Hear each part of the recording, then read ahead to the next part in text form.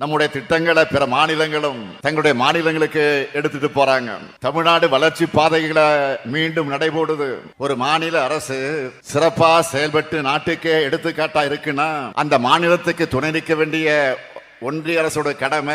ஆனா ஒன்றிய பாஜக அரசு எப்படிப்பட்ட அரசா இருக்கு?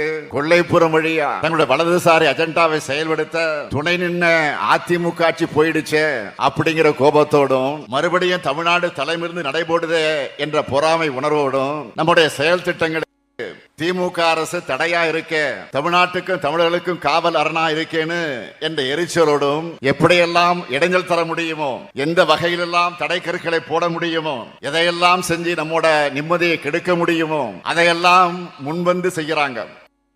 சிறுமைப்படுத்த நினைக்கிறாங்க. நம்மோட உரிமைகளை பறிக்கிறதையும் தமிழ்நாடு கொச்சைப்படுத்துறதையும் நம்மால் அமைதியா பார்த்துட்டு இருக்க முடியுமா?